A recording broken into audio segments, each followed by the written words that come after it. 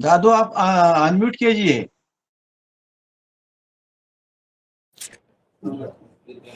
भ्रामरी ओ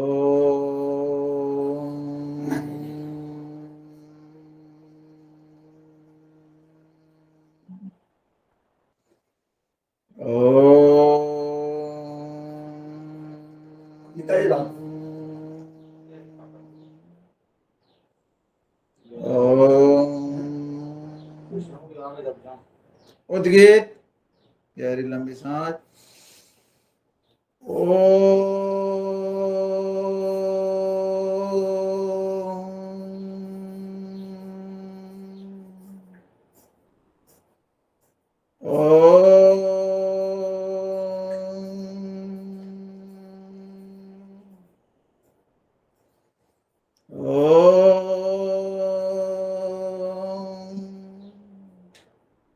प्रणव का ध्यान।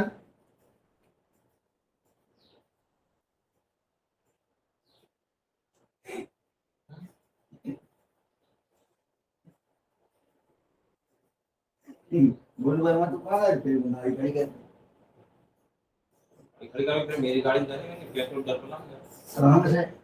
बजाज मावा पनीर सफर मटर या में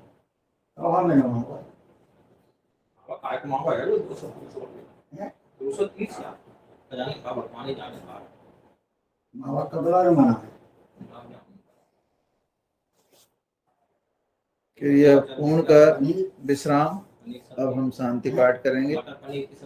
सर्वे भवन्तु सुखिनः, सर्वे सन्तु निरामयाः, सर्वे भद्राणि पश्यन्तु, मा कश्चित् दुःखभाग् भवेत्।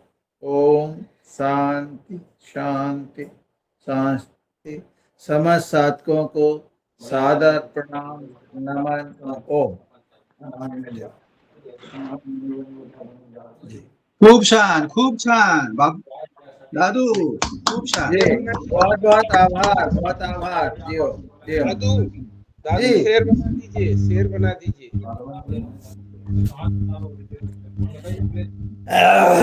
चलिए साथ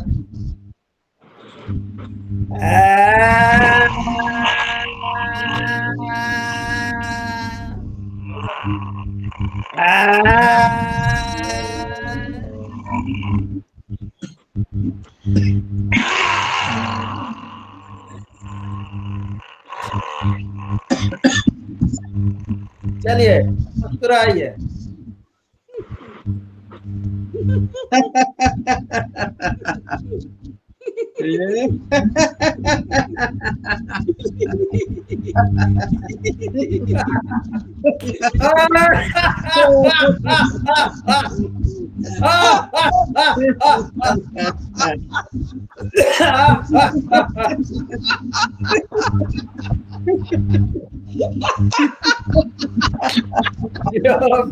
जियो ओह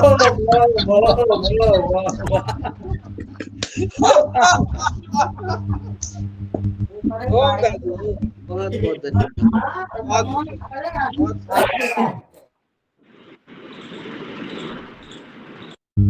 चलिए दादू के लिए जोरदार तालियां बजा दीजिए।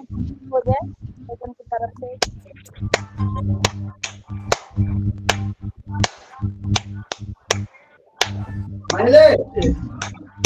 जय ओम। सभी को सादर नमन। बहुत बहुत अभिनंदन और बहुत बहुत आभार आपका।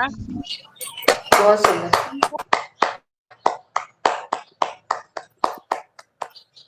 आज का योग सत्र आदरणीय रमेश चंद्र मेहरा जी भाई साहब ने नर्मदापुरम मध्य प्रदेश से ली और बहुत ही जैसे आसन में स्थिर रहना है ना, होल्ड कर करके उन्होंने आज की क्लास ली। सबको आनंद आया होगा और निश्चित हमें योग में ऐसे ही होल्ड करना है ताकि हमारे शरीर पर उसका परिणाम दिखे।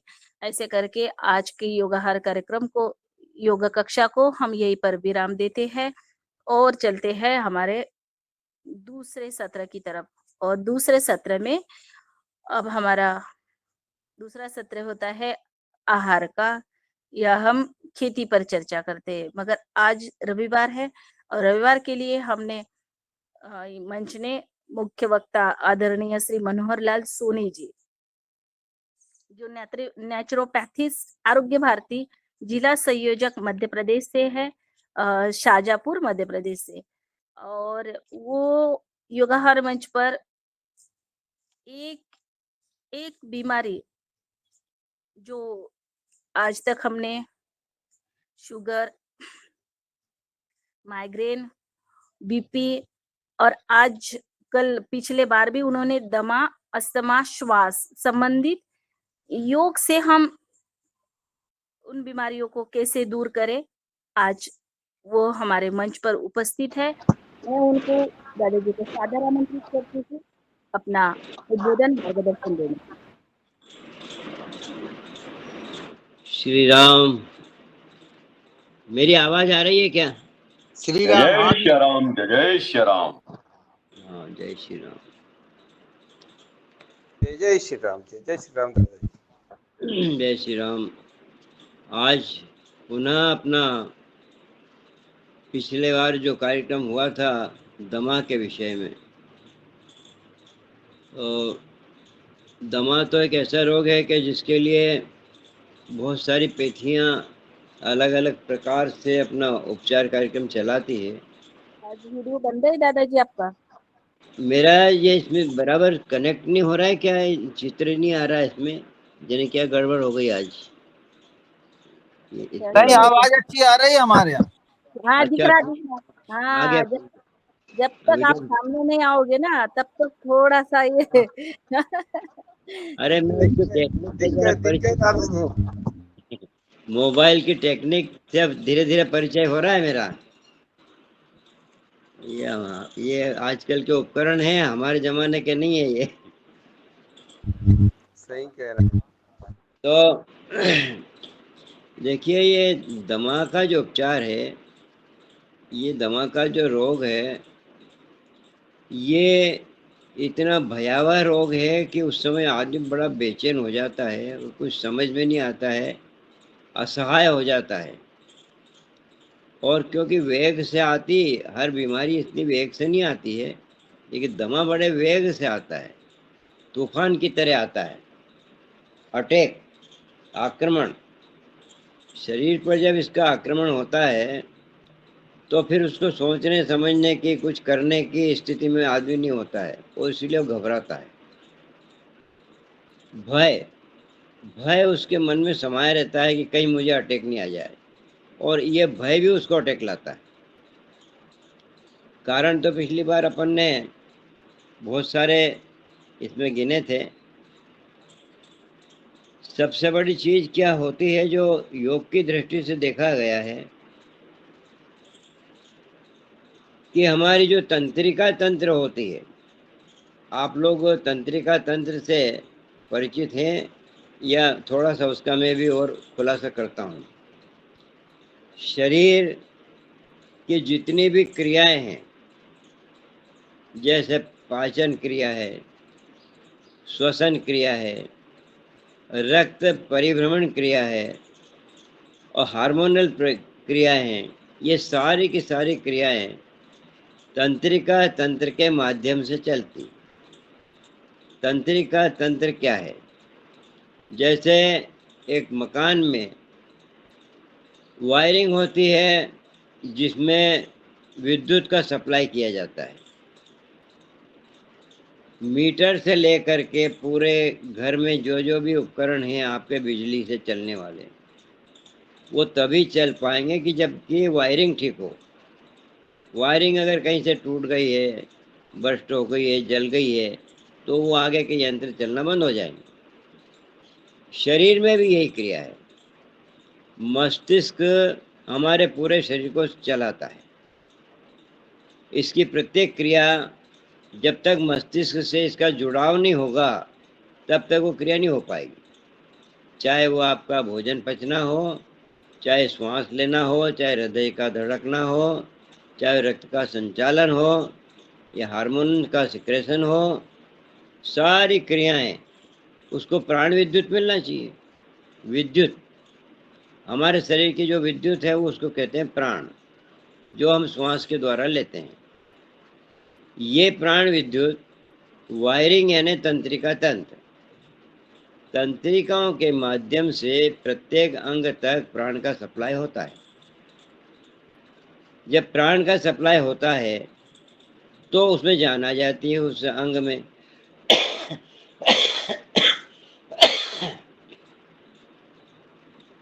जैसे फेफड़े, अब फेफड़े श्वास लेने में फेफड़े का फूलना, फेफड़े का सिकुड़ना, फेफड़े का फूलना, फेफड़े का सिकुड़ना, ये बार बार जो होता है, तो इसके पीछे एक विद्युत काम करती है, प्राण विद्युत। वो प्राण विद्युत को शरीर में सप्लाई करने का माध्यम होती है नाड़ियां। ये नाड़ियों का जाल पूरे शरीर में व्याप्त है। ऐसा कोई अंग नहीं है जहां पर ये नाड़ियां न हो। अगर न होगी तो वो अंग काम नहीं करेगा। इन्हीं नाड़ियों को हम तंत्रिका तंत्र के नाम से जानते हैं। तंत्र, तंत्रिका, बारीक बारीक वायरिंग, बड़ी वायरिंग से लेकर छोटी छोटी बारीक बारीक, और प्रत्येक अंग को ये काम में लगाती है। अब दमा का सवाल आता है, तो दमा के लिए हमारे जो मुख्य अंग है फेफड़ा, जिसमें वायु भरी जाती है, वो ऑक्सीजन लेती है और ऑक्सीजन छोड़ती है। फेफड़े फैलते हैं, सिकुड़ते हैं, फेफड़े फैलते हैं, सिकुड़ते हैं।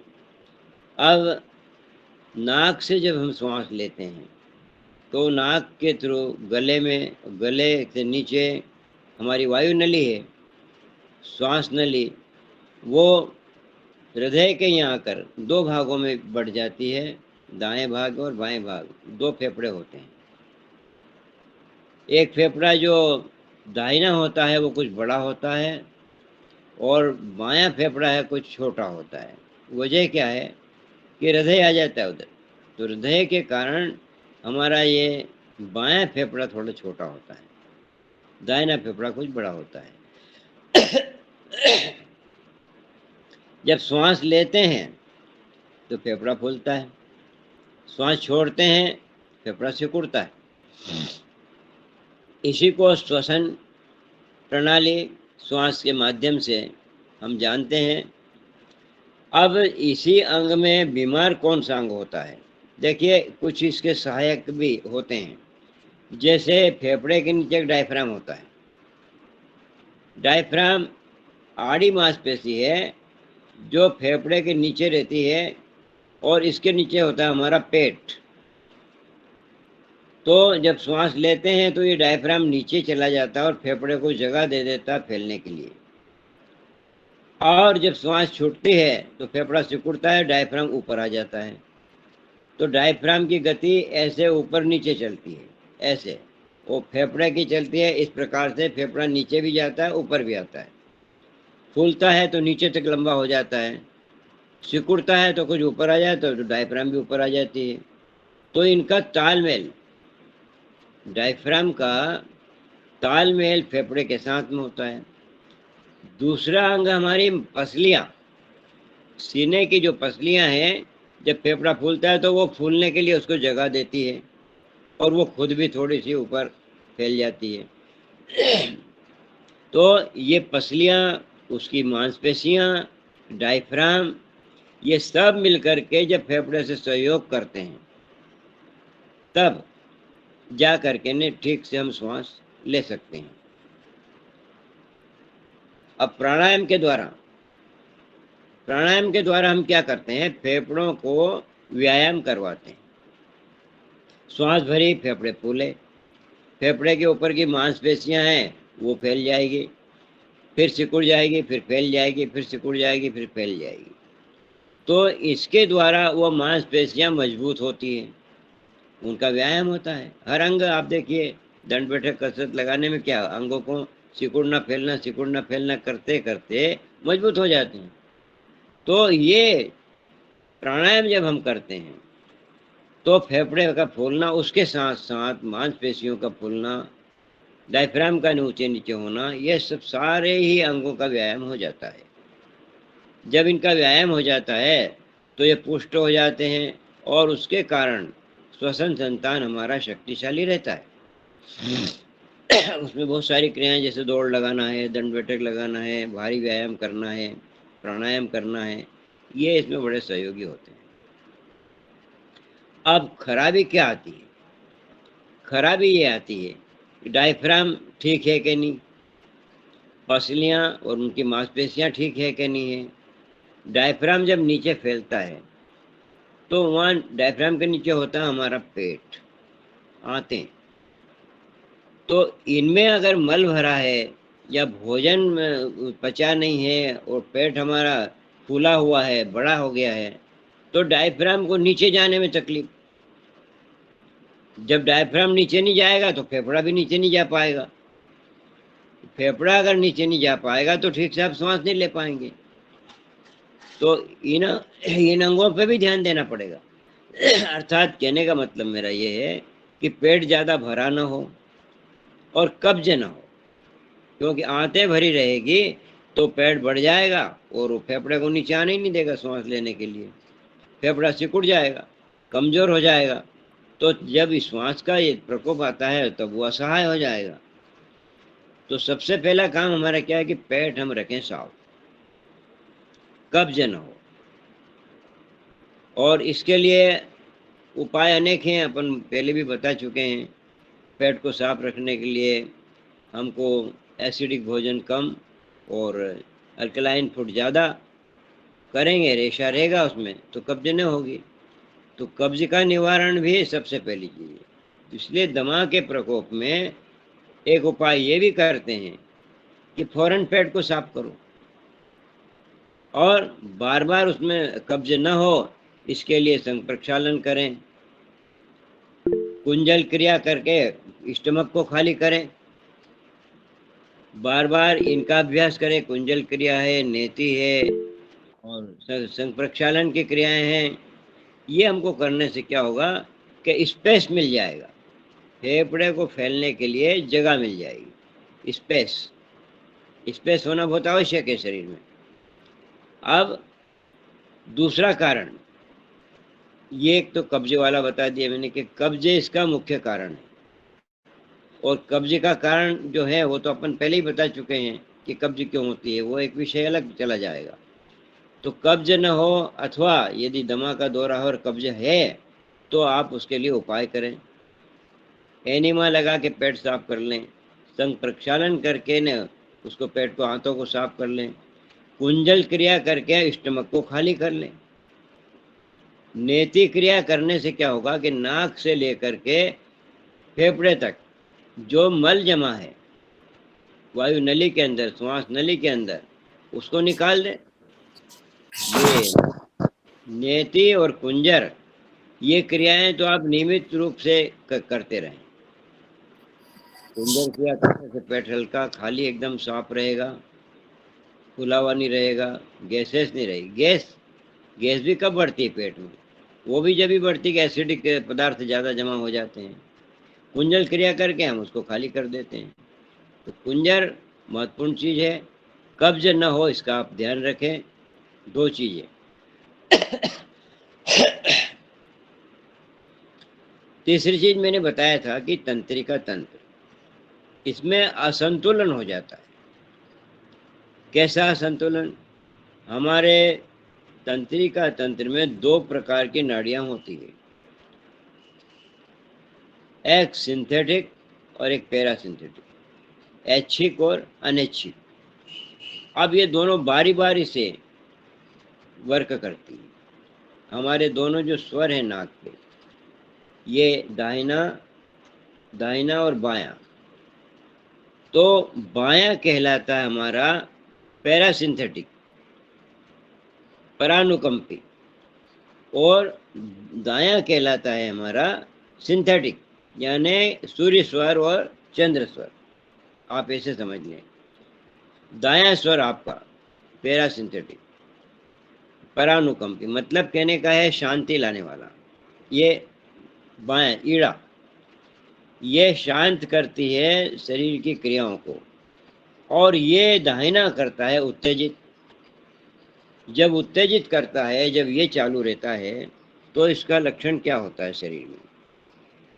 जब ये आपको मान लीजिए आप कोई हेवी वर्क कर रहे हैं, एक्सरसाइज कर रहे हैं, अथवा जोर से बोल रहे हैं, अथवा आप क्रोध कर रहे हैं, तो ये दाहिना स्वर आपका उत्तेजित होता है। परिणाम क्या होता है उसका कि रक्त की नसें भी सिकुड़ती है, श्वास की नसें भी सिकुड़ती है, और पेट की नसें भी सारी, आंतें भी सिकुड़ जाती है। यानी एक्टिविटी जितनी भी शरीर की होती है वो ठप हो जाती है। जब वो ठप हो जाती है और थोड़ी देर रहे तो ठीक है, यदि ज़्यादा देर वो रही तो सबका सारा शरीर आपका बीमार हो जाएगा। इसलिए प्राणायाम करके हम दोनों नाड़ियों में संतुलन लाते हैं। और प्राणायाम कौन सा है? लोम विलोम, नाड़ी शोधन प्राणायाम।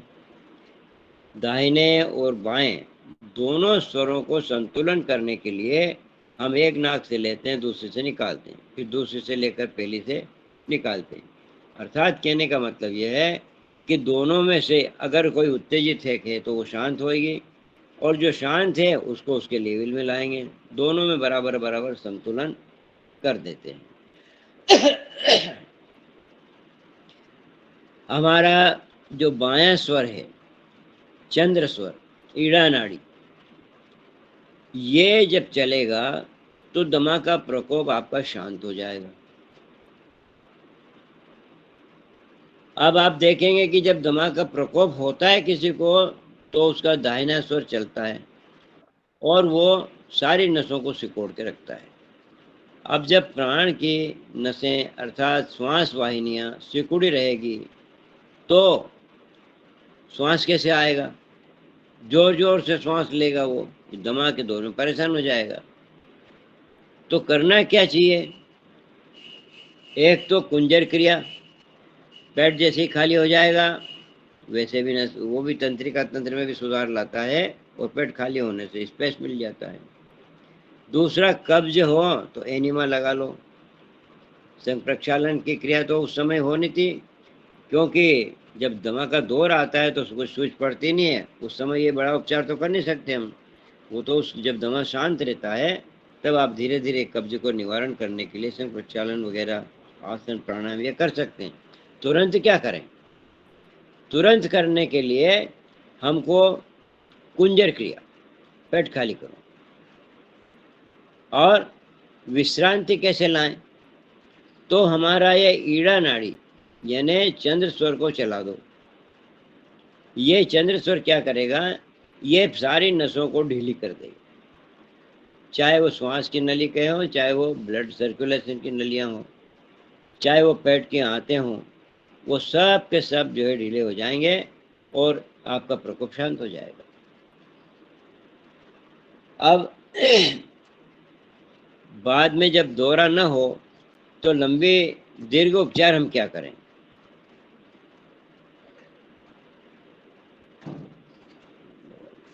दीर्घ उपचार करने के लिए उपवास शरीर में आकाश तत्व को बढ़ाता है, खालीपन लाता है।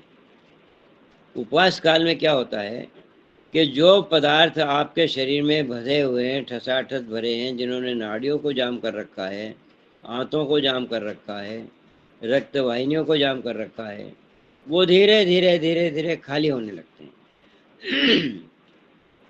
पेट आपका नॉर्मल हो जाएगा, पेट भरा हुआ है वो भी खाली हो जाएगा, आंतों से मल निकलना प्रारंभ हो जाएगा, आंतें खाली हो जाएगी। तो आकाश तत्व यानी स्पेस, खालीपन शरीर में जब बढ़ता है तो फिर ये दमा की समस्या धीरे धीरे शांत हो जाएगी। तो उपाय हम करें, एक तो उपवास का सहारा हम लें, कब्जे तोड़ने के लिए हम संघ प्रक्षालन वगैरह करें, नेति और कुंजर करके वायु नलियों को खाली करें, और योग निद्रा, ध्यान, अजपाजप, मौन व्रत ये साधन है आपकी नाड़ियों में संतुलन लाने का। तो 3-4 प्रकार से नाड़ियों में संतुलन लाएं, स्टमक खाली करें, हाथों को खाली करें, और शांति। मस्तिष्क जब शांत होता है तो नाड़ियों में संतुलन भी अपने आप आ जाता है। तो मस्तिष्क को शांत करने के लिए ध्यान का अभ्यास, अजपाजप का अभ्यास, योग निद्रा का अभ्यास, इसकी चर्चा हम पहले कर चुके हैं।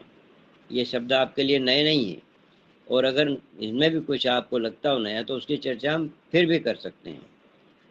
योग निद्रा, तो इसमें आप एक बात का ध्यान रखें कि विश्रांति ही दमा का उपचार है। अब विश्रांति मिले कैसे, ये उसके उपाय हैं। योग निद्रा विश्रांति का एक बहुत बड़ा साधन है। ध्यान भी उसको विश्रांति लाता है नाड़ियों में। और दौर जो अटैक होता है, अब उस समय तत्काल करने के लिए हमारे पास एक साधन और है। रीढ़ जो हमारी होती है, पीठ, उस पीठ पर गर्म और ठंडे का स्पर्श, एक गर्म पानी का कपड़ा, एक ठंडे पानी का कपड़ा बारी बारी से जब हम पीठ पर चलाते हैं तो एकदम नाड़ियां शांत हो जाती है, क्योंकि नाड़ियां रीढ़ में होकर गई है। मस्तिष्क से जो नाड़ियां चली है उनका मार्ग कहाँ पर है, रीढ़ में। और रीढ़ के द्वारा, रीढ़ में बांसुरी जैसे छेद होते हैं जो जगह जगह से कंठ के, गर्दन के यहाँ, फिर हमारे हृदय के पीछे, फिर हमारे पेट के पीछे और नीचे, ऐसे प्रकार से जगह जगह उसमें से वायरिंग जैसी नाड़ियां निकल करके और वो आगे के अंगों को चलाती है। तो उनका जो मुख्य रास्ता है वो है रीढ़। उस रीढ़ पर हम गर्म ठंडा का प्रयोग करेंगे तो धीरे धीरे वो नाड़ियां शांत होने लगेगी। और जो उत्तेजना है जिस नाड़ी में, जिस नाड़ी को हम बोलते हैं पिंगला, सूर्य नाड़ी, वो उत्तेजित ज्यादा रहती है, उसी समय दमा होता है। उसको शांत करने के लिए भी गर्म ठंडे का उपचार रीढ़ के ऊपर हम कर सकते हैं। और फुटबाथ भी इसमें सहारा है। पानी, गर्म पानी में हम पैर रखते हैं, आपने इसके बारे में सुना होगा, नेचुरोपैथी वाले को जानते होंगे। फुटबाथ जब हम लेते हैं तो ऊपर का जो दबाव होता है फेफड़े पर, वो दबाव समाप्त होकर और रक्त का दबाव पैर की तरफ आ जाता है, अर्थात नाड़ियां इससे एकदम शांत होने लगती है। बीपी डाउन होने लगता है, ब्लड प्रेशर भी इसका एक कारण बनता है, बीपी इससे डाउन हो जाता है। सिर की तरफ, फेफड़े की तरफ जो ज़्यादा रक्त का प्रवाह है वो पैरों की तरफ आने लगता है और इससे नाड़ियां शांत होकर के विश्रांति आती है। तो विश्रांति दमा के उपचार की कुंजी है। कब्ज निवारण इसका उपाय है। ब्लड प्रेशर को डाउन करना अजपा जप के द्वारा, योग निद्रा के द्वारा, ध्यान के द्वारा, ये सारे इसके उपचार हैं योग में। इस प्रकार भोजन हमने बताया, जो ज़्यादा भोजन करते हैं अति मात्रा में, उनको भी दमा का रोग घेर लेता है। इसलिए आपके अभ्यास में भी होना चाहिए सीमित मात्रा में। सप्ताह में 1 दिन 2 दिन उपवास रख लें, आप एक समय का खाना कर लें, भोजन की मात्रा कम कर दें। तो ये भोजन का भी आपको ध्यान रखना अनिवार्य है। साथ में भारी भोजन और हल्का भोजन, इसकी भी पहचान करें। शौक के कारण हम भारी भोजन ज़्यादा कर लेते हैं, तो तत्काल दूसरे दिन, तीसरे दिन हम उपवास कर लें, या भारी भोजन के बीच बीच में कुछ हम सलाद वगैरह, फल वगैरह का प्रयोग करें, तो इससे पेट भी भरेगा और आपका भोजन का जो भारीपन है वो थोड़ा कम हो जाएगा। तो भोजन पे ध्यान दें, उसके लिए उपवास वगैरह बनाए हैं। दूसरा, कब्ज के निवारण के लिए ध्यान दें। ब्लड प्रेशर अगर है तो उसको योग निद्रा वगैरह के द्वारा, रीढ़ के उपचार के द्वारा हम उसका प्रयास करें। कुल मिलाकर के ये है कि उपवास करना, साधारण भोजन करना, कब्ज न हो इसका ध्यान रखें।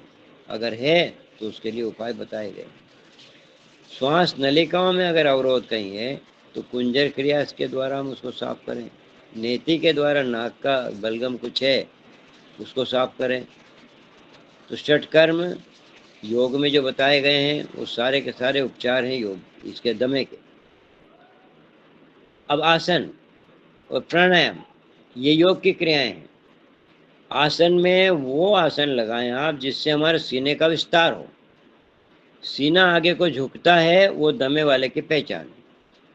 आपने देखा होगा कि जो लोग दमे के शिकार हैं वो अधिकतर सीने को सिकोड़ के चलते हैं और झुके हुए चलते हैं।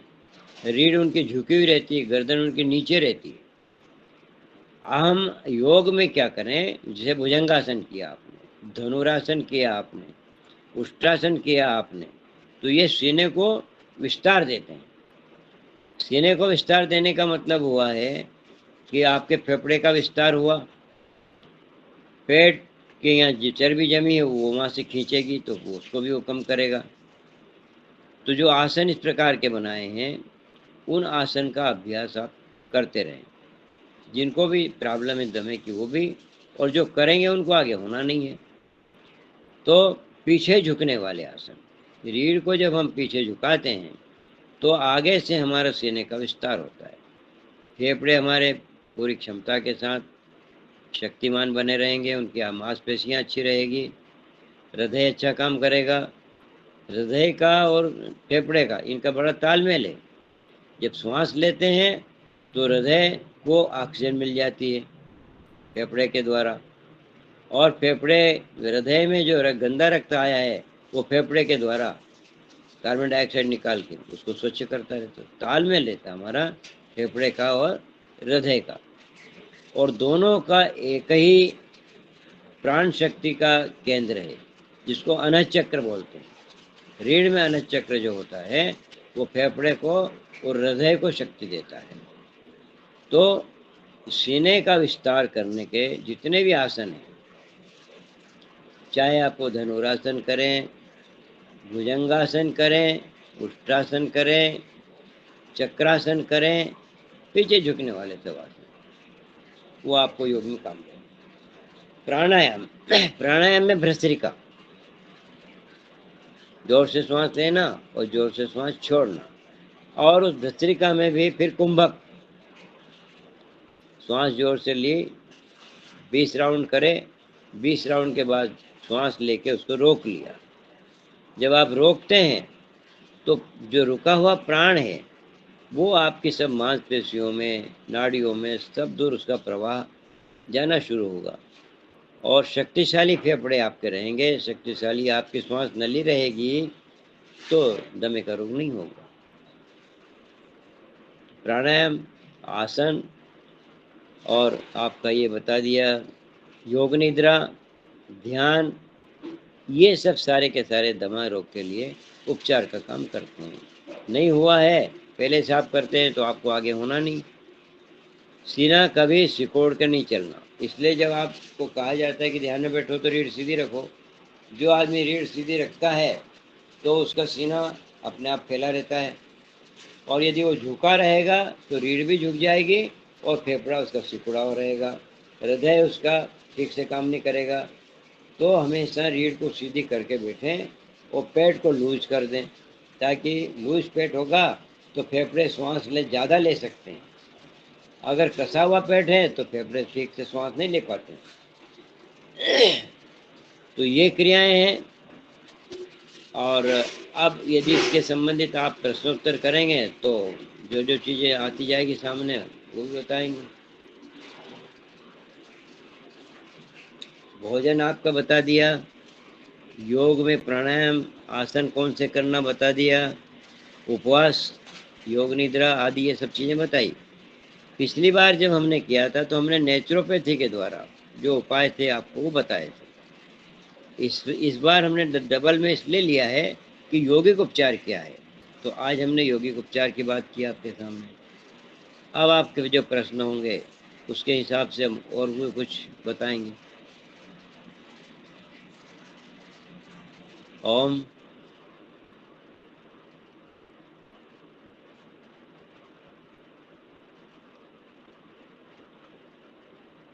बोलिए आप।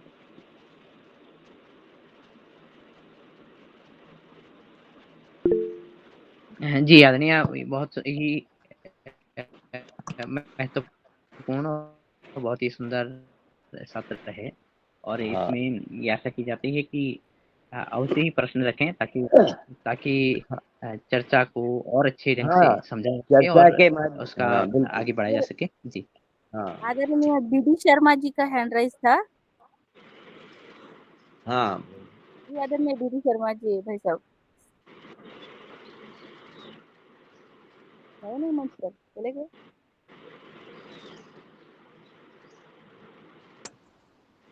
जी बहन जी ओम। हाँ ओम जी रोशनलाल भैया करे।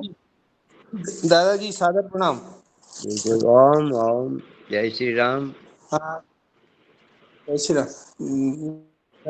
मेरा ये प्रश्न था, अभी ये लैब का जो हिप का पीछे जो मसल्स है वो पुल हो गई है। तो 4-5 दिन से योग तो कर रहा हूँ पर वो पूरा दर्द नहीं जा रहा है। दिन कहाँ भर पे नहीं रहता है, रात सुबह पुनः दर्द हो जाता है। कहाँ पे कौन सी स्थान पे? ये लैब का हिप जो है हिप। मतलब कमर का हाँ हाँ हाँ ठीक है। कमर की जोड़। हाँ बोलिए। मैं क्या सब्जी लेने गया था तो झुका, तो अच्छा झुकने के बाद जैसे ही सीधा हुआ तो वो बाया बाया वाला जो कमर के पास से बाई हाँ वाली नस खिंच गई है। हाँ जी ये अक्सर हो जाता है क्योंकि पोस्चर हमारा ठीक नहीं रहता है, या कभी एक हाथ में वजन होगा तो कभी झुकने में ऐसा हो जाता है एक साइड वजन है और एक साइड खाली है, तो बैलेंस बिगड़ जाता है तो नसें खिंच जाती है। थोड़ा सा आप ऐसा करें उसके लिए कि गरम ठंडे का उपचार कर लें उसका। गरम सिकाई फिर ठंडी सिकाई फिर गरम सिकाई फिर ठंडी सिकाई, या टब में अगर बैठे हैं आप तो 2 टब लेकर के कटी स्नान कर लें। पिछली बार बताया था मैंने, गर्म पानी जी में जी बैठना फिर ठंडे में बैठना फिर गर्म बैठना, तो वहाँ पे क्या स्वेलिंग हो जाता है, जो नस आपकी खींची है बाद में वहाँ थोड़ा सूजन आता है अंदर, तो सूजन उससे समाप्त होकर नस ढीली हो जाएगी वापस। जी जी जी जी धन्यवाद दादाजी। जी धन्यवाद। और आगे सदन में दिनेश भाई जी, आदरणीय दिनेश जी से तो प्रश्न कर सकते हैं।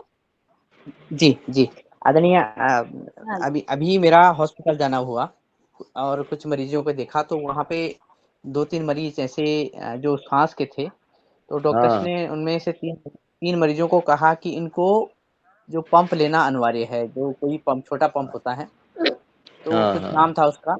हाँ, तो उसमें बोले कि ये सुबह-शाम लेना ज़रूरी है। और हाँ क्या क्या योग क्रियाओं से ये पंप दूर हो सकता है क्या? हाँ अभी मैंने जो इतनी सारी बातें की वो यही तो है कि वो एलोपैथी में क्या है कि वो तुरंत राहत देने के लिए कुछ उपाय करते हैं, तो उनमें से ये जो पंप की वाली क्रिया है वो उस समय आराम दे देती है, एकदम नसें ढीली हो जाती है वायु की और आराम से श्वास आने लगता है, लेकिन वो उपचार नहीं है। दोबारा अटैक आएगा तो फिर वही काम करना पड़ेगा, लेकिन भीतर जो खराबियां हैं वो कभी दूर करते नहीं है और वो बढ़ती चली जाती है, तो फिर वो पंप भी काम नहीं करता है। तो ये कोई क्षणिक तत्काल के लिए ठीक है अगर कोई को है दमा तो, क्योंकि उपचार करते हैं करते करते थोड़ा समय लगता है और तब वो आगे में पूरी तरह से ठीक हो सकता है। तो मैंने आपको उपचार बताया कि पहले उस व्यक्ति का अध्ययन करना पड़ेगा, एक उसकी हैबिट कैसी है चलने की, क्या वो झुक के चलता है, सीने को सिकोड़ के चलता है, या उसका पेट भरा हुआ है, या उसको कब्ज है, या उसको टेंशन है।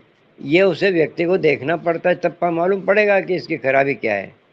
और अगर ना भी हो सारे के सारे उपचार करना है तो आप पहले पेट साफ करिए, कब्ज है तो एनिमा लगाइए, संग प्रक्षालन का अभ्यास करवाइए, पेट भरा हुआ एसिडिक है तो कुंजर क्रिया करवाइए पानी पिला पिला के, नाक में प्रॉब्लम है तो नेति करवाइए, और तनाव भावनाएं डरा हुआ है भयभीत है या उसकी चिंताएं ज़्यादा है तो योग निद्रा कराएं, शवासन कराएं, ध्यान कराएं और भोजन में बिल्कुल उपवास करा दें।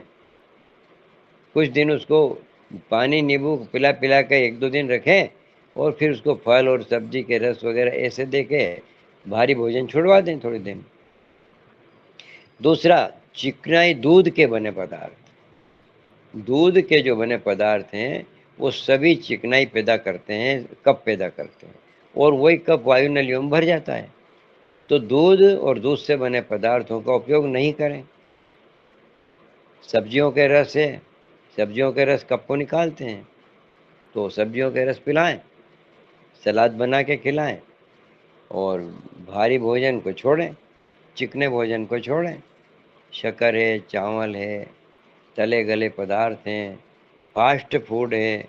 आजकल लोगों की ये भी आदत होती है क्योंकि बाज़ार में आजकल इन चीज़ों की भरमार है और व्यक्ति कुछ भी नहीं सोचता है कि इसका क्या नुकसान होगा, वो उठा के उसको उपयोग में ले लेता है। छोटे छोटे बच्चों का उपयोग करवाते हैं। तो एक खास व्यक्ति का ही अगर करना है तो पहले उसको देखना पड़ेगा कि उसकी मेन प्रॉब्लम क्या है। जो मेन प्रॉब्लम है वहीं से स्टार्ट हो देंगे। अगर कब्ज है तो कब्ज से, और उसकी हैबिट ऐसी पड़ी। बहुत से लोग सोते नहीं है, रात को नींद नहीं लेते हैं, तो पूरी नींद रात भर अगर अच्छी आती है तो शरीर व्यवस्थित हो जाता है उससे। जी आदरणीय। उनमें से जो तीनों में से लगभग ऐसे ही गुण या ऐसे लक्षण मुझे लगे।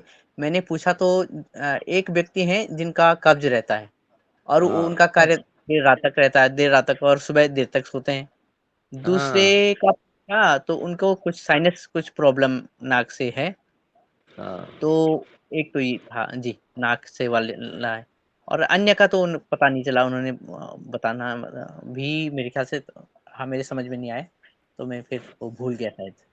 तो ये जो कब्ज वाला और साइनस वाला की बात सामने आई, तो जी।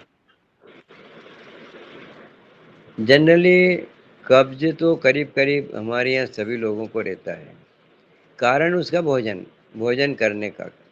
दूसरी बार नींद पूरी नहीं लेना, क्योंकि हमारे शरीर में एक चिकित्सक बैठा हुआ है और वो कब काम करता है कि जब आप गहरी निद्रा में हो।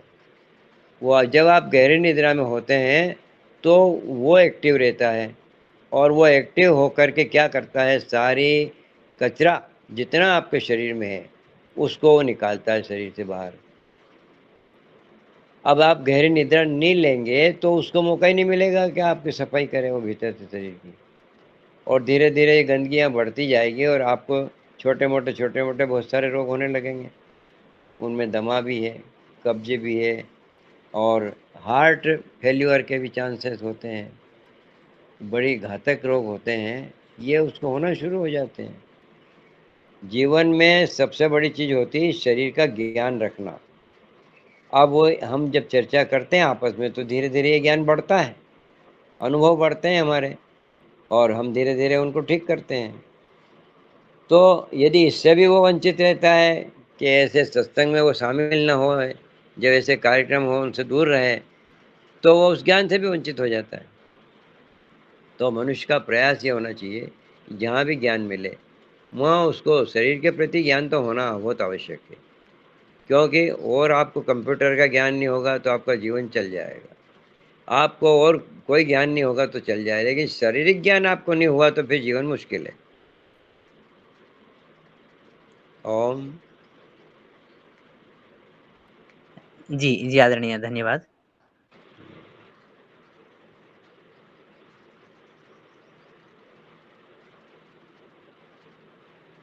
धन्यवाद आदरणीय दिनेश भैया। और सदन में किसी भाई बहन के कोई सवाल है तो हमारे मुख्य वक्ता आदरणीय मनोहर लाल दादाजी से आप कर सकते हैं, हैंड राइज करें।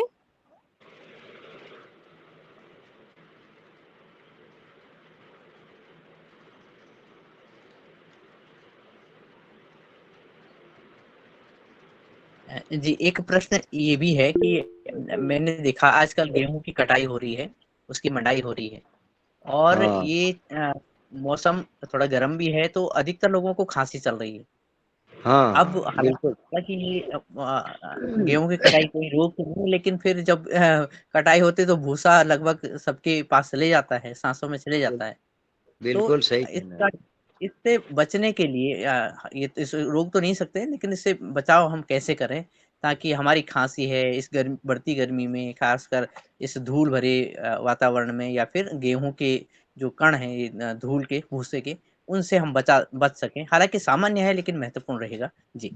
हाँ हाँ, देखिए एक तो ये है कि ऐसी जगह में जाएं तो मास्क लगा लें। ये तो उपाय हुआ कि तत्काल हम उससे अपनी रक्षा करें। फिर इसके बावजूद भी यदि वो हमारे श्वास नली में आ जाता है, नाक में आ जाता है, तो नेति क्रिया हम रोज करें, कुंजर क्रिया हम करें। कुंजर क्रिया से क्या होता है कि पेट से जो नली चलती है तो वो कंठ तक और वहाँ तक का पूरा मटेरियल जितना भी है वो साफ कर देगी।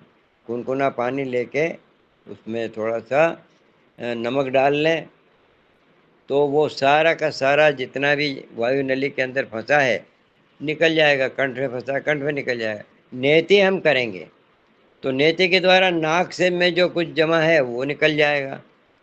ये तो करना पड़ेगा। फिर हम प्राणायाम जब करते हैं, भस्त्रिका प्राणायाम करते हैं, तो और अंदर तक फेफड़े तक जो भी कुछ गंदगी भरी हुई है वो निकल जाएगी। ये उपाय हम कर सकते हैं। और बाकी है, रोकना है तो मास्क का प्रयोग कर लें। जी आदरणीय, और ये तो एक और प्रश्न है, बहुत ही सामान्य है और इसमें तो हंसी भी आएगी, लेकिन है तो है, बात तो ये है कि गर्मियों का मौसम, फिर हमारा पंखा चलना, पंखे से फिर नाक का सूखना, मुझे आभास हुआ कि नाक सूख रही है। तो हम क्या उपाय कर सकते हैं कि हमारी नाक जो है वो सूखे ना?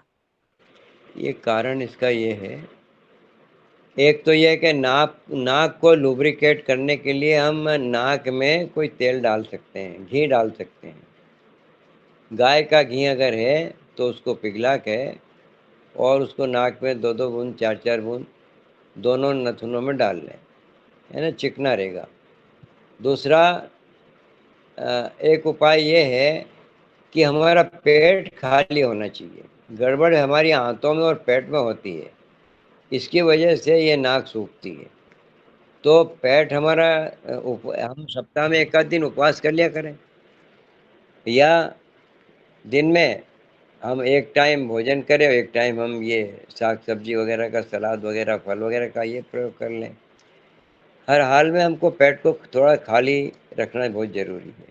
आंतें बिल्कुल खाली रहे हमारी हमेशा, ये हमको कब्ज़ के लिए प्रति उपाय हमारे पास हैं। संग प्रक्षालन है, एनिमा लगा के कर सकते हैं, खाली कर सकते हैं पेट को।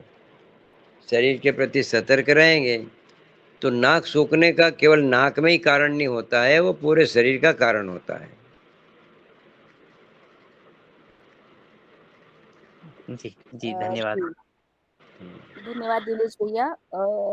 आपने बहुत महत्वपूर्ण प्रश्न किए, आपका धन्यवाद। और मैं आगे चलती हूँ, आदरणीय शैलेश यादव जी, अपना सवाल करें। ओम जी, प्रणाम बाबू जी।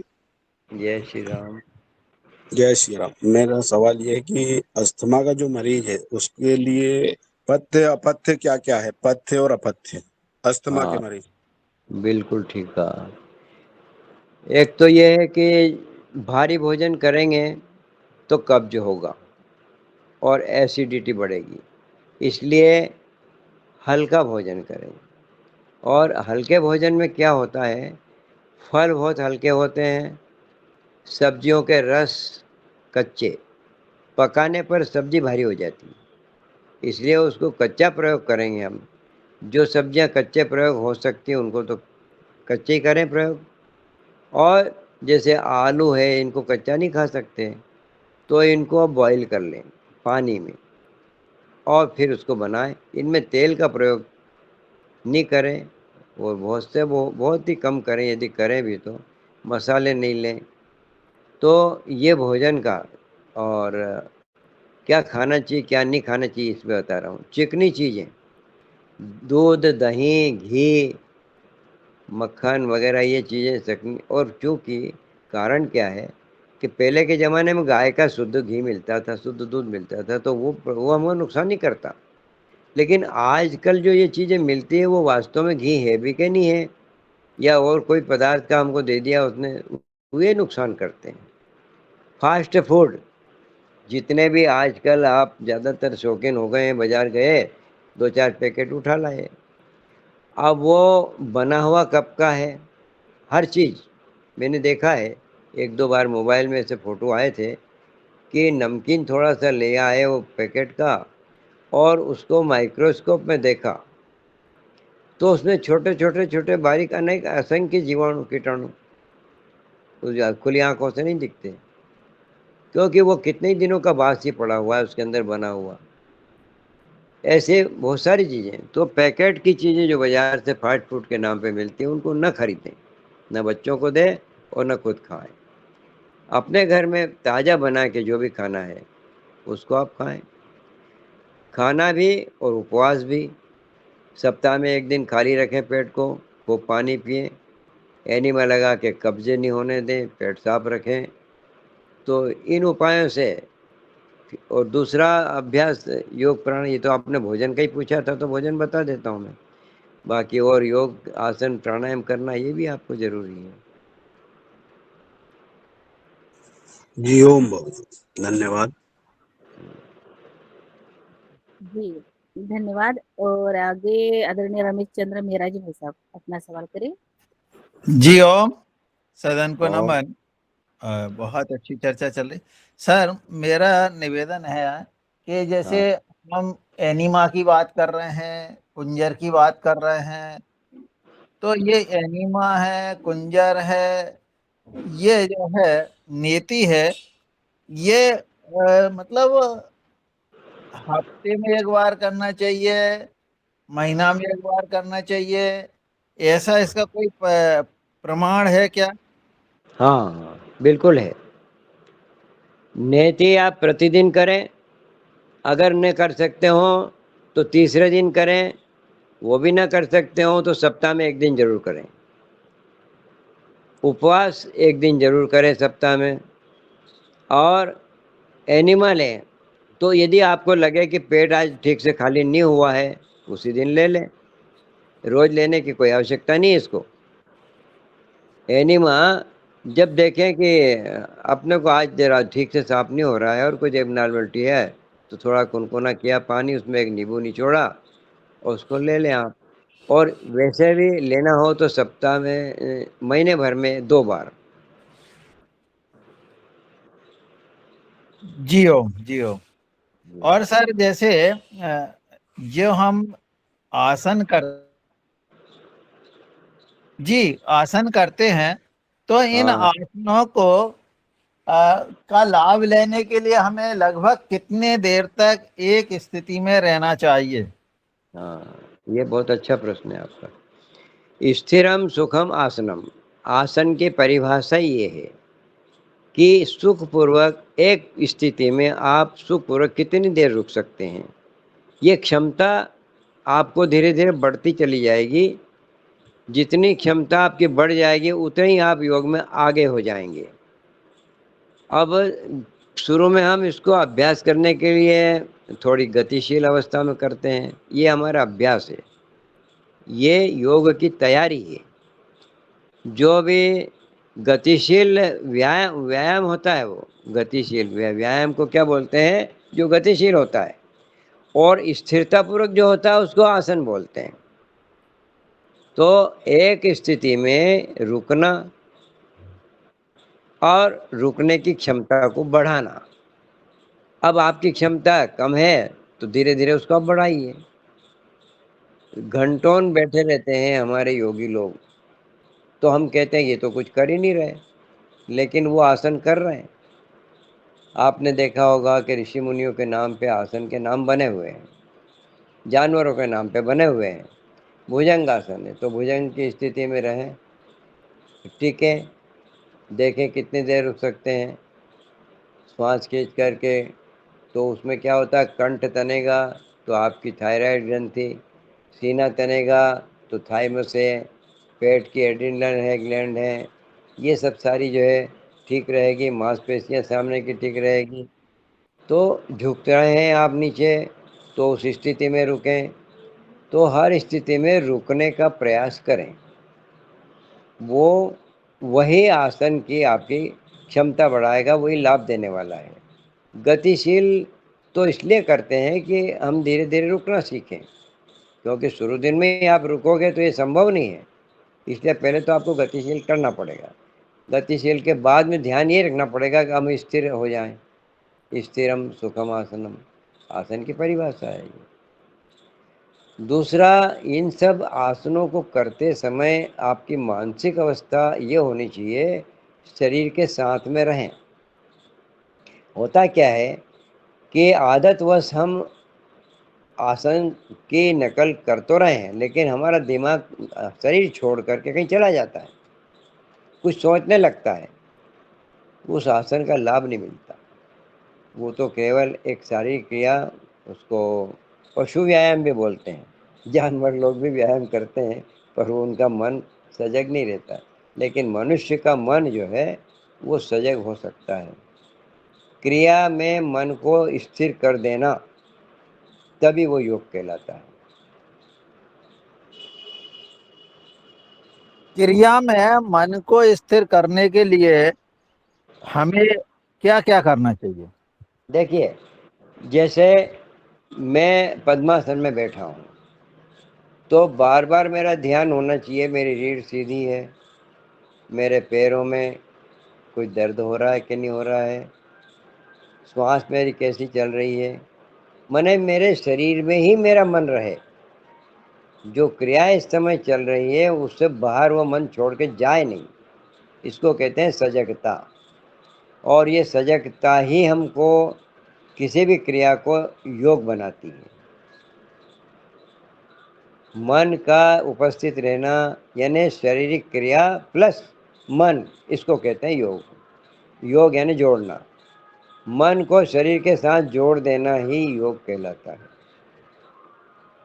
अब वो प्राणायाम की क्रिया हो तो भी, चाहे शारीरिक क्रिया हो तो भी, भोजन करते हैं तो भी, वो भोजन योग हो जाएगा। योग ही उसी को कहते हैं कि जब आपका मन शरीर छोड़ के न जाए, जो क्रिया आप कर रहे हैं उसमें मन उपस्थित रहे, यही प्रयोग हमको करना है।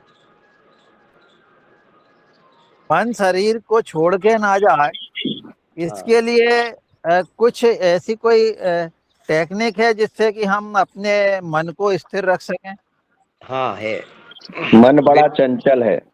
बिल्कुल चंचल है, लेकिन हम बहुत होशियार हैं। उस चंचल मन को बस में करने के लिए ही हमें प्रयास करना। देखिए, इसका उपाय है, बहुत ही अच्छा उपाय है।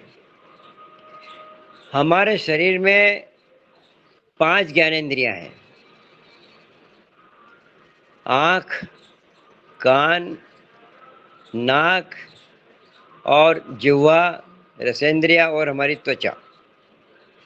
ये पांचों ज्ञानेंद्रियां में से अगर ये हमारे मन को लेके भाग जाती है, आँखों से कोई चीज़ दिखी तो मन उसके साथ चला गया, कान से कोई आवाज़ सुनी तो मन हमारा उसमें चला गया, नाक से कोई सुगंध आई तो हमारा मन उस सुगंध के प्रति चला गया, तो ये मन को ले जाती है। अब हम आपको कहें कि मन को एक खूंटे से बांध दो, अब वो खूंटा कौन सा? या तो जैसे आप आंख बंद करके बैठे हैं तो कपाल पर आपके दृष्टि को टिका दें, आपकी नज़र कपाल पर टिका दें, तो आँखों के साथ में ये मन जुड़ गया। अब ये आँख कहाँ देख रही है? कपाल पर देख रही है। कपाल से ये हटेगी नहीं तो मन भी वहाँ से नहीं हटेगा, आपका मन वहीं रहेगा जहाँ पर आपने दृष्टि को टिका दी। दूसरा, श्वास आपकी चल रही है, श्वास कभी बंद होना नहीं है। आप श्वास के साथ इसको एक के साथ जोड़ दो, किसी के भी साथ, दो के साथ मत जोड़ना। आँख के साथ जोड़ा है तो आँख के पूरी तरह से ख्याल रखें। लेकिन यदि आपने श्वास के साथ जोड़ा है तो श्वास आई, श्वास गई, श्वास अंदर, श्वास बाहर, श्वास अंदर, श्वास बाहर, नाक के नथुने से श्वास निकलती है। तो नाक के अग्रभाग पर आपका पूरा ध्यान लगाइए, श्वास आई और श्वास बाहर गई, श्वास आई, श्वास बाहर गई। अब मन कहाँ रह गया आपका? श्वास के साथ। श्वास जब तक चल रही है मन आपका कहीं भाग नहीं सकता, वो खूंटे से बांध दिया आपने। इसी प्रकार से दूसरी इंद्री कान, अगर अच्छा संगीत कहीं का कहीं से सुनाई दे रहा है आपके कान से, तो मन आपका कहीं जाएगा नहीं, वो उस आवाज में बंध गया, कान की कर्णेंद्रिय से बंध गया वो मन। आप एक खूंटे से बांध दिया आपने इसको, किसी खूंटे से, एक खूंटे से बांधना आप। अगर 2 खूंटे से बांधा तो फिर ये भाग जाएगा, फिर बढ़ जाएगा, बिखर जाएगा।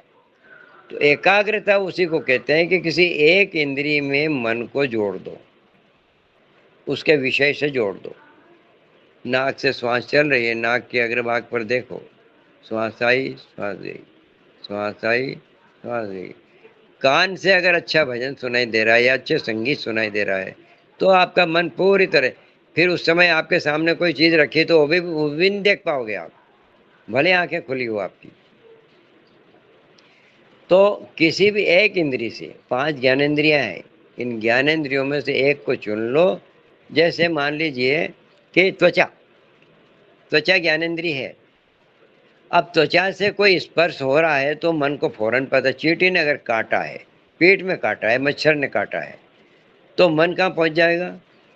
जहां उसने काटा है। किसने बताया उसको? त्वचा ने। त्वचा के भीतर ज्ञानेंद्रियां फैली हुई है, फौरन मैसेज जाएगा मन मस्तिष्क के पास, मन फौरन वहां पहुंच जाएगा हमारा। तो अगर जैसे हम योग निद्रा में करवाते हैं, क्या करवाते हैं हम? आपके मन को लेकर के शरीर के अंदर हम घुमाते हैं। जैसे एक बच्चे को आपने मेले में घुमाया, हाथ पकड़ के ले गए उसको, वो मेला देख रहा है, उस समय उसको घर की याद नहीं आएगी, उस समय उसको कोई याद नहीं आएगी, वो एक एक दुकान को देखता जाएगा और उसका जब तक घूमेगा मेले में उसका मन बराबर मेले में ही रहेगा। हम योग निद्रा में यही कराते हैं। आपके मन को उंगली पकड़ के मैं ले जाता हूँ, उसको कहता हूँ अंगूठे में जाओ, पहली उंगली में जाओ, दूसरी में जाओ, ऐसे करते करते करते पूरे शरीर में उस मन को घुमाया। इतनी देर वो मन कहीं नहीं गया, 1 घंटा भी लग गया अगर तो समझ लो 1 घंटे के लिए मैंने मन को बांधा, आपके मन को बांधा, आपको पता नहीं है। और मन का स्वभाव है, उसको यदि आपने वर्तमान में रखा, मतलब जो मैं बोल रहा हूँ अंगूठा, ये वर्तमान हो गया, तो फिर ये वर्तमान से उसको दूसरे पे लिया, तीसरे पे लिया, लेकिन वो है वर्तमान।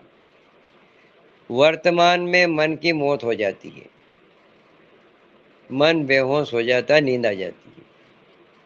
आपने देखा होगा कि योग निद्रा कराते कराते बहुत से लोग सो जाते हैं। क्यों सो जाते हैं? क्योंकि वर्तमान में मन घबराता है, वो भागता है भूत में, भविष्य में, भूत में, भविष्य में, भूत में, भविष्य में। वो वर्तमान में ठहरना नहीं चाहता, डरता है, क्योंकि वहां उसकी मौत होने वाली है। मन मर जाता है। मन यानी विचार, मन कोई वस्तु नहीं है, मन यानी विचार। तो विचार बंद हो जाते हैं, और हम चाहते हैं क्या योग में? विचारों को रोकना, वही तो योग है। जब विचार रुक जाते हैं तो पूरा शरीर आपका जो है, शरीर और मस्तिष्क का संबंध छूट जाता है। शरीर और मस्तिष्क का संबंध छूट जाता है, उसको कहते हैं विचारों का रुकना। और वही है योग। समाधि लग जाए, समाधि में क्या होता है? समाधि में यही होता है, मस्तिष्क का और शरीर का संबंध खत्म।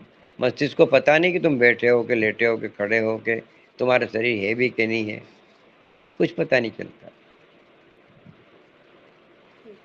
तो प्रश्न आपका क्या था? आदरणीय मन को एकाग्र कैसे करें? मन को एकाग्र कैसे हाँ, करें? मन को, हाँ तो बताया ना आपको, एक इंद्री के साथ जोड़ दो। एक इंद्री का जो अनुभव हो रहा है उसी के साथ जोड़े रखो, तो मन धीरे धीरे धीरे बेहोश हो जाएगा, यानी विचार समाप्त हो जाएंगे। निर्विचार, बस निर्विचार ही सच्चा आनंद है। विचार जब तक रहेंगे आनंद नहीं आ सकता।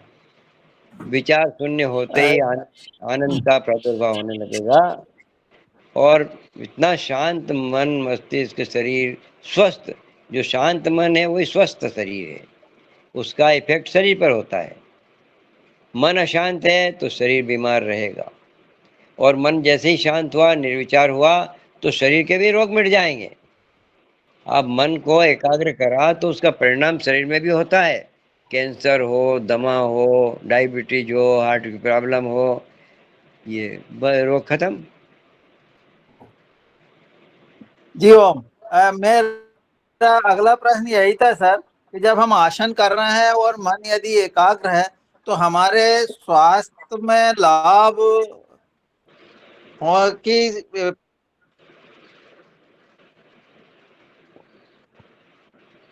क्रिया ज्यादा बढ़ जाती है। देखिए, जी स्वस्थ ओम। होना, स्वस्थ होना, स्वस्थ, इस शरीर, इस शब्द का मैं अर्थ समझा रहा हूं। स्व यानी आत्मा, उसमें स्थित हो जाना, मन को वापस आत्मा में ले आना, ये हो गया स्वस्थ। मन बाहर भाग गया तो हम हो गए अस्वस्थ। हम योग करते ही इसीलिए हैं कि उस मन को लौटा के आत्मा से मिला देना, ये योग हो गया और यही हो गया स्वस्थ।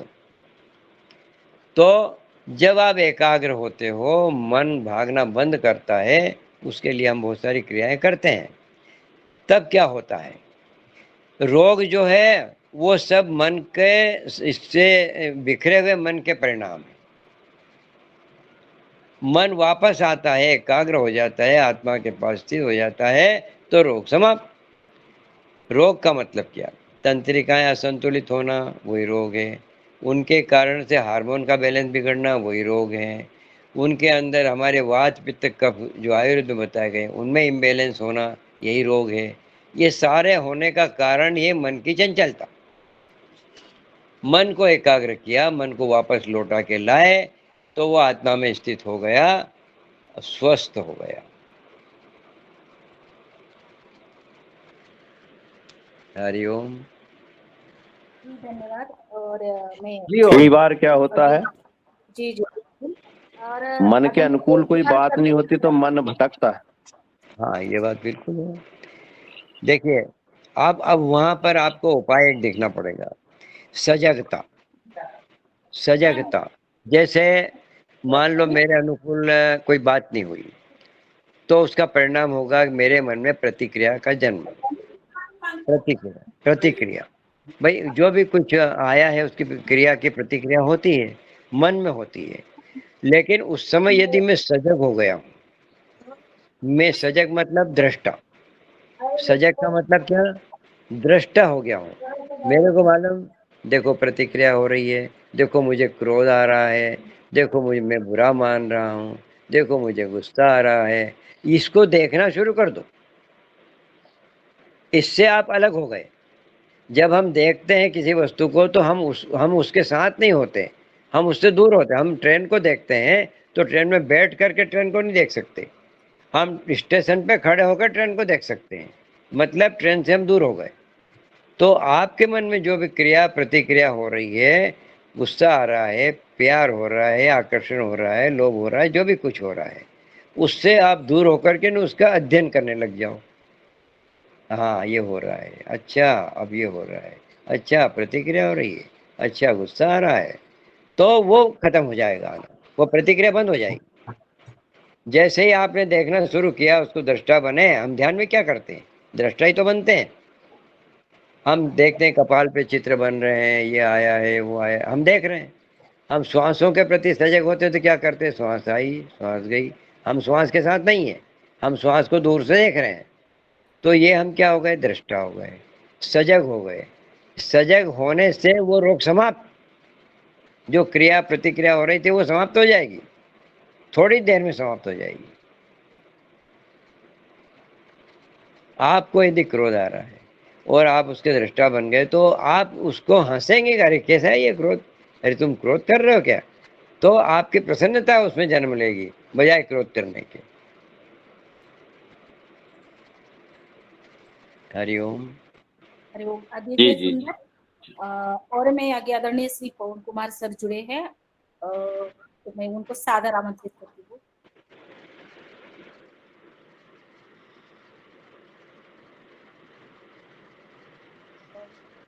आदरणीय पवन कुमार सर नहीं है, आदरणीय बड़े सिंह आर्य जी। सदन को प्रणाम। जय श्री राम। आज की हमारे जो मुख्य वक्ता जी है, जैसे हम लोग योग करते हैं तो बहुत सारे योग करते समय मुंह से सांस लेते हैं, बातें करते हैं, तो क्या मुंह से सांस लेते समय योग का इतना फायदा मिलेगा जितना मतलब योग करने का नियम है कि जैसे मुंह बंद करके नाक से ही सांस लिया जाए और कम से कम 1 घंटे तक मुंह ना खोला जाए, तो क्या इसका कितना बेनिफिट मिलेगा या हानिदायक क्या मिलेगा, इनके बारे में बताएंगे आप? देखो, अब ये तो खैर मैं बताऊं कि आप सभी लोग जानते हैं इस बात को। तो योग कहते ही उसी को है कि जो काम कर रहे हैं उसको पूरी तरह से मन से करें। श्वास लेने के लिए जब नाक बनाई हुई है हमारी, तो फिर हम बातें क्यों करें? हम योग कर रहे हैं तो बातें क्यों करें? हम योग कर रहे हैं तो गाने क्यों सुने उस समय? क्यों? कि कान में जो आवाज आ रही है, हमारा मन तो वहां चला गया ना इंद्रिय के साथ। हमारे जो हम कर रहे हैं क्रिया, उसमें कहाँ बचा। इसलिए जब भी कोई काम कर रहे हैं तो दूसरा काम उसके साथ नहीं हो, 2 इंद्रियां काम करने लग जाएगी आपकी। फिर वो आपके मन को बांटेगी, चंचल बनाएगी, और ऐसा ही नहीं है, फिर प्रतिक्रिया जन्म लेगी। इंद्रिय के साथ जब कोई विषय विषय जुड़ता है, विषय के प्रति हमारा मन जुड़ता है, तो उसको देखता, फिर उसके विचार करता है। अब आप मान लीजिए कुछ कर रहे हैं योग वगैरह, तो आप विचार भी कर रहे हैं, प्रतिक्रिया भी कर रहे हैं, और यहाँ आपने क्या किया, कहाँ झुके, यह पता ही नहीं। हम जो क्रिया कर रहे हैं योग योगासन के, उसके बारे में ही नहीं जान पाएंगे। उससे तो हम दूर हो गए। उससे पूरी तरह जुड़ने का मतलब यह है कि फिर किसी भी ज्ञानेंद्रिय को एक्टिव नहीं रखें, ना आंखें खोलें। श्वास तो चलेगी, उस श्वास का तो कोई बंद नहीं कर सकता है, लेकिन श्वास के प्रति भी सजग। क्योंकि हम जब आसन करते हैं, झुकते हैं, तो झुकते समय श्वास छोड़ते हैं, फिर सीधे होते समय हम श्वास अंदर लेते हैं, तो उसके प्रति सजग हो जाओ। ये मैंने देखा आजकल बहुत से लोग गाने लगा लेते हैं, भजन लगा लेते हैं, और उसे अपना योगासन भी करते जाते हैं। कैसे होगा? आप किसी एक कार्य के प्रति संपूर्ण हो जाए। एकाग्रता का मतलब क्या होता है? एकाग्र मन को करो, मतलब सारे विषयों से हटा लो। और विषय होते हैं इंद्रियों के साथ, तो देखना, इसलिए आंखें बंद करके ही तो बैठते हैं हम प्राणायाम करने। अब इसी प्रकार से हमको जब कोई योगासन करना है, तो यदि आप आंख खोलेंगे और कोई व्यक्ति आ गया उस समय, तो आपका तो ध्यान उस व्यक्ति पे चला जाएगा। कान से कोई बात सुन रहे हैं, किसी ने बात करी, किसी ने गाना लगाया, तो आपका मन तो उधर चला गया, तो वो क्रिया रह गई, रह जाएगी, योग नहीं हो पाएगा, न उसके फायदे मिल पाएंगे।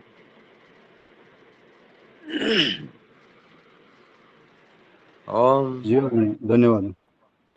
जी धन्यवाद गणेश सिंह भैया। और ये हमारे योगहार मंच पर आज की चर्चा सत्र में सभी भाई बहनों ने प्रश्न किए और निश्चित उनको समाधान प्राप्त हुआ।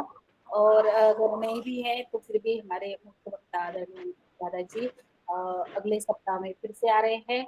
अगर समय को देखते हुए 8:01 हुआ है। आज के प्रथम सत्र में योग शिक्षक आदरणीय रमेश चंद्र मेहरा जी भाई साहब, जो त्यारसी नर्मदापुरम से उन्होंने क्लास ली, उनका मैं धन्यवाद आभार व्यक्त करती हूँ। इसी के साथ हमारे मुख्य वक्ता आदरणीय मनोहर लाल सोनी दादाजी, उन्होंने बहुत ही महत्वपूर्ण जानकारी आज सदन में योग के माध्यम से हम स्वस्थ कैसे रहे, दमा अस्थमा श्वास पर। तो निश्चित आने वाले दिनों में नए विषय के साथ मिलते हैं। और आप सभी मेहमानों को सुबह 5:30 बजे से जुड़े हैं आदरणीय अतुल सेमवाल जी, आदरणीय गणेश सिंह आर्य जी, आदरणीय अनिल राय जी, आदरणीय दिनेश सेमवाल जी, आदरणीय डॉक्टर किशोर दुबे जी, आदरणीय डॉक्टर घनश्याम लाल राउत जी, आदरणीय डॉक्टर किशोर भारद्वाज जी, आदरणीय दुर्गा प्रसाद जी, आदरणीय कल्पना राउत जी, आदरणीय मुख्य वक्ता आदरणीय लालटेन जी, आदरणीय मुकेश कुमार जी, आदरणीय एसपी प्रसाद जी, हमारे जी, आदरणीय प्रणाली मराठी जी, आदरणीय पुष्पा राजेंद्र कुशवाहा जी, रविचंद्रन तिवारी, आदरणीय संतोष तिवारी, विक्रांत तिवारी, आदरणीय संजय मिश्रा, चंदन जी, आप सभी मान्यवरों का बहुत बहुत मनपूर्वक धन्यवाद, आभार। कल फिर से मिलते हैं योगाहार क्लास में, तब तक सबको ओम शब्द जय श्री राम। ओम ओम। आज शरद वर्मा जी नहीं जुड़े हैं, शरद वर्मा जी नहीं जुड़े, आज उनका शादी सालगिरह है, तो आज वो कहीं पूजन पाठ में लगे होंगे। कंचन शरद वर्मा जी नहीं जुड़े आज। चलिए फिर भी बधाई शुभकामनाएं पहुंचा देना मेरी आप। बहुत बहुत बधाई, बहुत बहुत शुभकामनाएं। और दादाजी को प्रणाम। जी ओम, जी ओम। आ जाओ मेहरा जी। अब कहाँ आ जाए? नर्मदा किनारे? नर्मदा किनारे नहीं, अब हम सीधे वो इटारसी रुकीगा ट्रेन, इटारसी है। सुनो तो ऑफिस अब में आ गए। आज हम शाम को ही मिल पाएंगे। क्या हो रहा है कि अभी ये जो है ना अपना उसकी परीक्षा है, मध्य प्रदेश नवायन परिषद की, तो उसको परीक्षा लेने जाना मुझे। मैं तो भूल गया था, अभी फोन आ गया।